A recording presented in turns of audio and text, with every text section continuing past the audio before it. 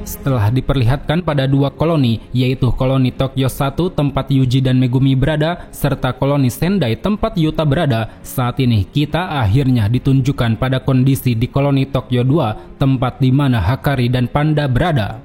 Namun sebelum itu, kita lebih dulu diperlihatkan pada latar belakang dari sosok yang akan menjadi lawan Hakari.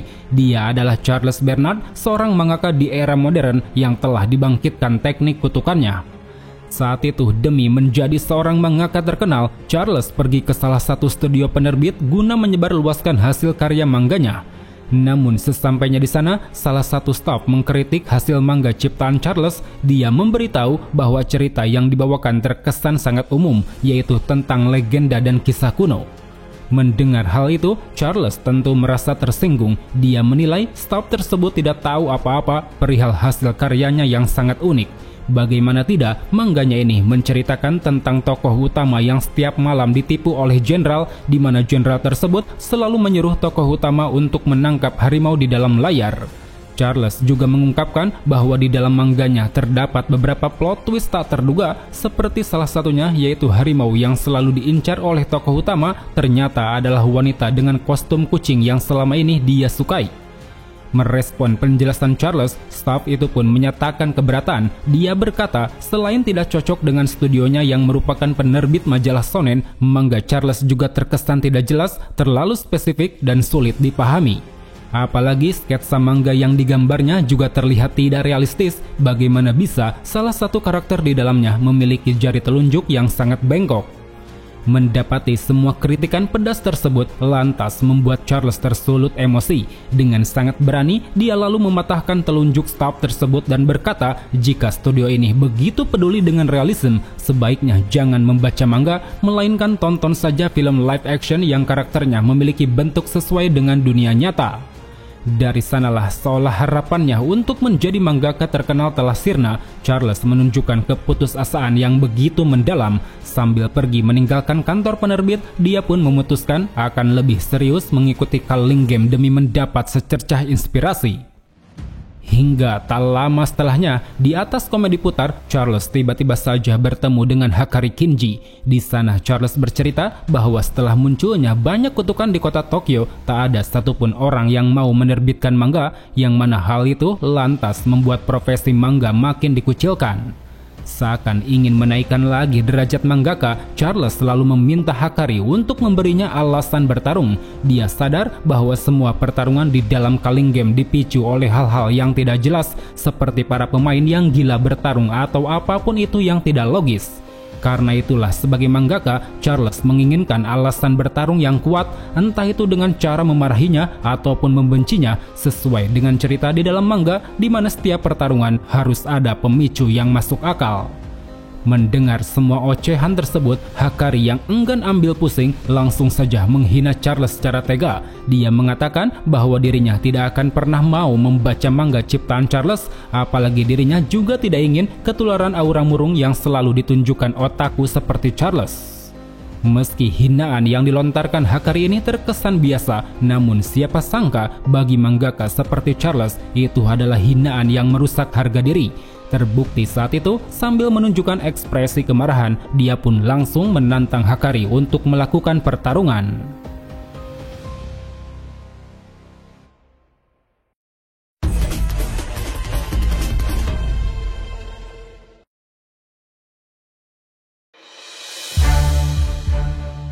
Di awal pertarungan ini, kita diperlihatkan pada Charles yang tengah mengeluarkan senjata tombak, yang mana dikatakan senjata terkutuk ini terhubung dengan teknik kutukan milik Charles. Terlihat saat itu, bersama senjata tersebut, Charles langsung melesat ke arah Hakari untuk melancarkan serangan. Meskipun serangannya ini mampu Hakari hindari dengan sangat mudah, bahkan setelahnya hanya dengan melayangkan satu tendangan, Hakari mampu mendorong Charles mundur ke belakang. Sebelum pertarungan kembali berlanjut, Charles mengungkapkan keluh kesahnya pada Hakari. Dia mengatakan bahwa sekarang dirinya telah kehilangan semua motivasi, baik itu sebagai pembaca ataupun sebagai mangaka. Dan untuk melampiaskan keputusasaannya ini, Charles berniat akan lebih serius menjalani pertarungan. Hal itu pun dibuktikan dari bagaimana dia mampu mendaratkan dua serangan pada Hakari. Pertama yaitu menggores wajah Hakari hingga berdarah menggunakan ujung tombak, dan kedua yaitu menembakkan tanda berupa gambar kotak pada tubuh Hakari menggunakan darah milik Hakari sebagai tinta. Melihat adanya tanda di tubuh lantas membuat Hakari keheranan, dan untuk berjaga-jaga dari serangan susulan, dia pun bergerak cepat ke arah Charles untuk melayangkan satu tendangan keras. Akan tetapi anehnya tendangan cepat yang dilancarkan Hakari ini mampu dihindari oleh Charles. Bahkan saat itu Charles juga mampu melancarkan serangan balik hingga membuat Hakari terhempas cukup jauh. Sesaat Hakari memikirkan kejanggalan ini, Charles secara sukarela membeberkan semuanya. Dia mengatakan bahwa dirinya memiliki teknik kutukan bawaan bernama G-Word Staff. Kemampuannya yaitu memprediksi sedikit masa depan. Syarat untuk menggunakan teknik kutukan ini terbilang sederhana. Pertama-tama Charles harus melumuri ujung senjata tombaknya dengan darah milik lawan, yang mana nantinya dengan darah tersebut dia bisa menandai tubuh lawan untuk menciptakan sebuah panel mangga. Dan dengan panel mangga itulah dirinya bisa mengintip sedikit masa depan dari gerakan lawan. Berbekal teknik kutukannya tersebut, saat ini Charles mampu memprediksi beberapa serangan Hakari. Meskipun pada akhirnya semakin lama pertarungan berjalan, tekniknya ini mampu dikonter oleh Hakari dengan cara mempercepat gerakan serangan. Apalagi saat itu, kecepatan Hakari juga didukung dengan kecerdasannya di dalam pertarungan.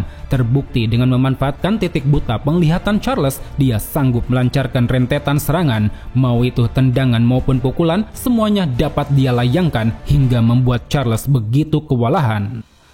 Dalam kondisinya yang terdesak ini, Charles akhirnya mendapat kesempatan kedua untuk menggunakan teknik kutukan, yang mana kali ini secara mengejutkan dia mampu meningkatkan durasi penglihatan masa depan dari yang awalnya hanya bisa mengintip 1 detik menjadi 2 detik.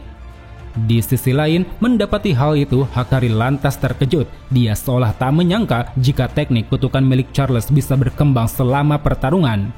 Oleh karena itulah, untuk bisa menghadapinya, Hakari lalu mengaktifkan teknik Domain Expansion. Terlihat saat itu, area pertarungan yang awalnya jalanan kosong seketika berubah menjadi stasiun kereta api.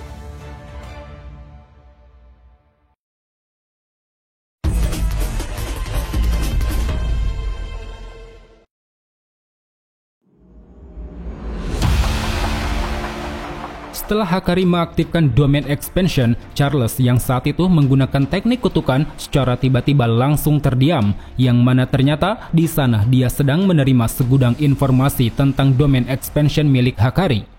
Dikatakan sebagai orang yang sangat terobsesi pada perjudian, perluasan domain yang dimiliki Hakari menganut sistem aturan seperti game judi pachinko. Penggunaan dari domain ini memang bukan tipe serangan atau apapun itu yang dapat melukai lawan. Hanya saja ketika Hakari mendapatkan jackpot, dia akan memperoleh energi kutukan tak terbatas selama 4 menit 11 detik.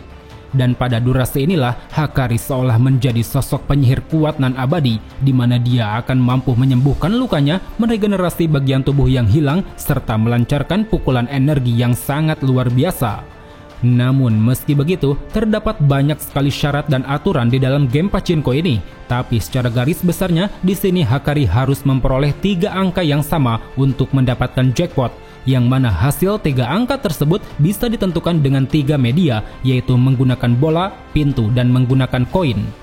Dalam kasusnya melawan Charles, saat ini Hakari menggunakan pintu sebagai tanda dimulainya game pachinko. Di sana ada 3 jenis pintu yang memiliki warna berbeda. Pertama, pintu warna hijau yang memiliki kesempatan jackpot sangat rendah.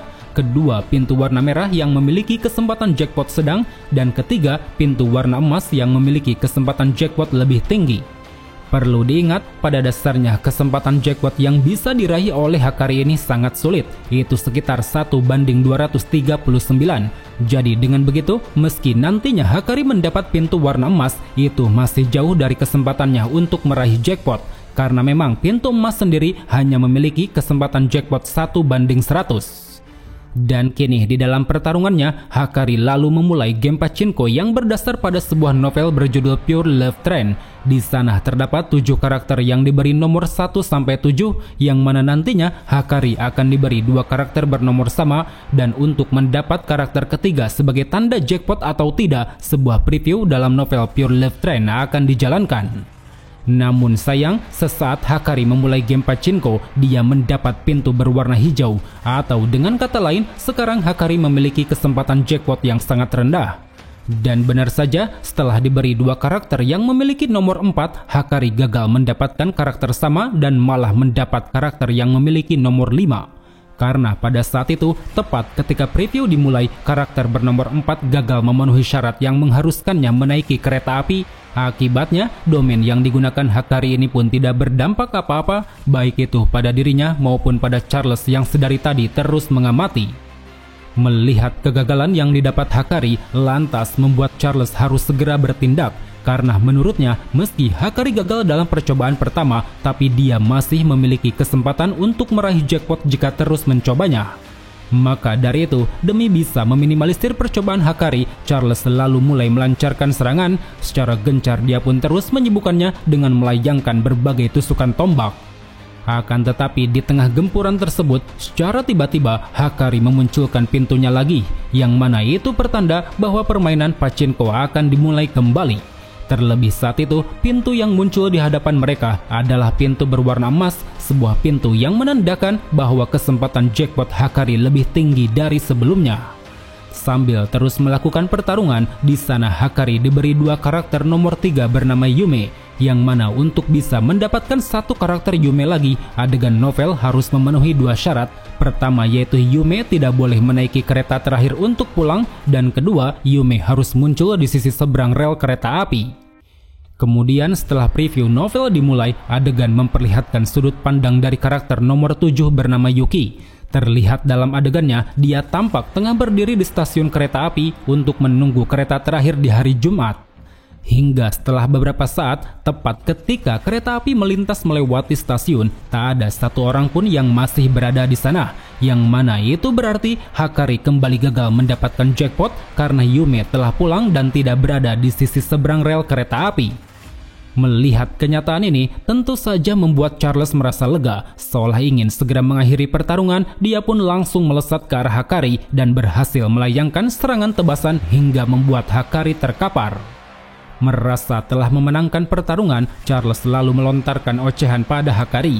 Dia menilai jika pertarungan ini ditentukan oleh kekuatan dan bukan pada keberuntungan, kemungkinan besar Hakari lah yang akan menang. Akan tetapi, setelah Charles melontarkan ocehan tersebut, nasib sial malah dialaminya. Karena pada saat itu, secara mengejutkan, adegan novel yang sebelumnya berhenti kembali berjalan. Di sana adegan tersebut menunjukkan bahwa karakter bernama Yume ternyata tidak pulang. Terlihat jelas dia tengah duduk di sisi seberang rel kereta api karena sebelumnya terlambat untuk mencapai ke tempat stasiun. Alhasil dengan terpenuhinya 2 syarat game pachinko ini, secara otomatis Hakari mendapatkan jackpot, yang mana hal itu pun membuat tubuhnya kini diselimuti oleh energi kutukan yang sangat besar. Saking besarnya, semua luka yang dia dapatkan dari Charles seketika pulih kembali. Sambil bersiap menyerang, Hakari lalu menyinggung ocehan yang Charles lontarkan tadi. Dia berkata bahwa keberuntungan saja tidak cukup untuk memperoleh kemenangan, karena pada dasarnya keberuntungan bisa didapat jika seseorang memiliki kemampuan yang mumpuni.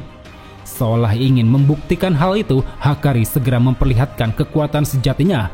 Terlihat dengan dilayangkan satu tendangan yang sangat keras, dia pun berhasil mengalahkan Charles hingga membuatnya mengucurkan banyak sekali darah. Akhir dari pertarungan ini lalu ditutup dengan kemenangan telak Hakari. Seraya tersenyum menyeringai, dia pun tampak bersiap untuk menghadapi lawan-lawan selanjutnya di dalam Culling Game.